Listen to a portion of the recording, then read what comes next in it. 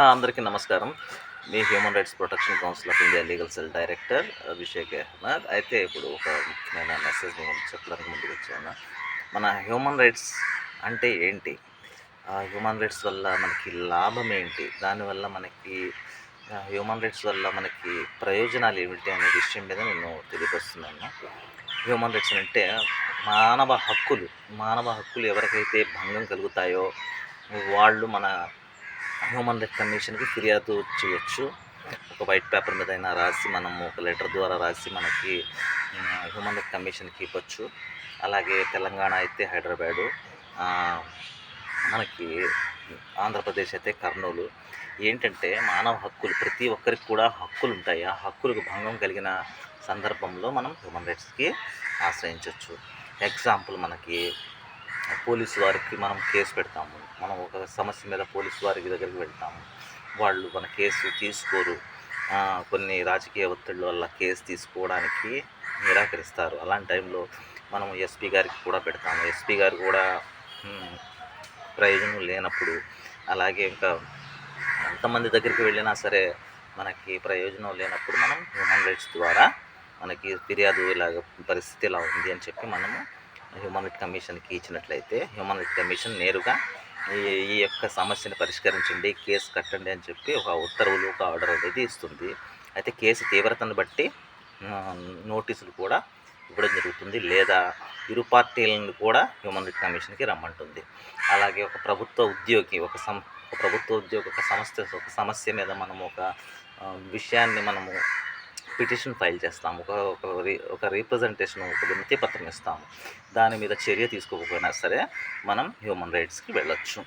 అలాగే ఒక గ్రామంలో మనల్ని ఉండనివ్వట్లు వెలివేయడము, ఆ గ్రామ ప్రజలందరూ కూడా వెలివేయడము, ఆ గ్రామంలో మనకి మంచినీళ్ళు తాగనివ్వకపోవటము, లేకపోతే కిరాణా సరుకులు ఇవ్వకపోవటము, లేకపోతే మనల్ని మనుషుల కింద గుర్తించకపోవటము, లేదా మనల్ని హింసించటము, అటువంటి సందర్భాల్లో కూడా మనం హ్యూమన్ రైట్ని ఆశ్రయించవచ్చు.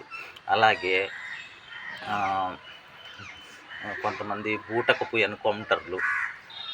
ఎన్కౌంటర్లు కానీ, లేకపోతే ఆత్మహత్యలకు సంబంధించిన కేసెస్ కానీ, ఒక కేసు ఉంటుంది, అది ఆత్మహత్య కేసు.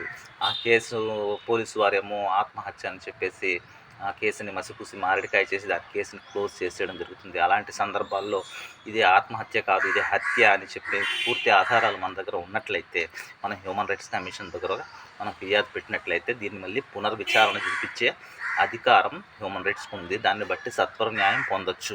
అలాగే విద్యార్థులకు కానీ, మహిళలకు కొన్ని సమస్యలు, మహిళలు ఎదుర్కోలేని సమస్యలు ఉంటాయి, చాలా చెప్పుకోలేని బాధలు ఉంటాయి. అలాంటి సందర్భాల్లో కూడా మనం హ్యూమన్ రైట్స్ వారికి కమిషన్ వారికి ఒక లెటర్ పూర్వకంగా రాసి మనం హ్యూమన్ రైట్స్ వారికి కమిషన్ వారికి మనం రిజిస్టర్ పోస్ట్ ద్వారా కానీ, ఈమెయిల్ ద్వారా కానీ, స్వయంగా కానీ వెళ్ళి ఇచ్చినట్లయితే మన సమస్యని పరిష్కరించే వెసులుబాటు, మన సమస్యకి న్యాయ సహాయం అందించే విధంగా వారు మనకి న్యాయ సహాయాన్ని అందిస్తారు. అలాగే భూ కబ్జాలని లేదా మనకి హింసించటము, కొట్టటము,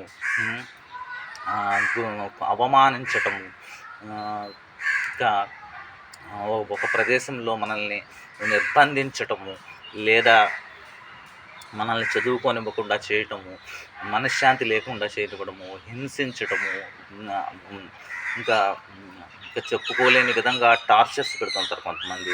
అలాంటి టార్చర్స్ కూడా మనము హ్యూమన్ రైట్స్ కమిషన్ వారికి మనం ఫిర్యాదు ద్వారా తెలియపరిచిన ఎడల మనకి ఒక ఆర్డర్ అనేది ఎస్పీ గారికి కానీ, కలెక్టర్ గారికి కానీ ఈ సమస్యని పరిష్కరించండి అని హ్యూమన్ రైట్స్ కమిషన్ ఒక లెటర్ ద్వారా మనకి న్యాయ సహాయాన్ని అందిస్తుంది.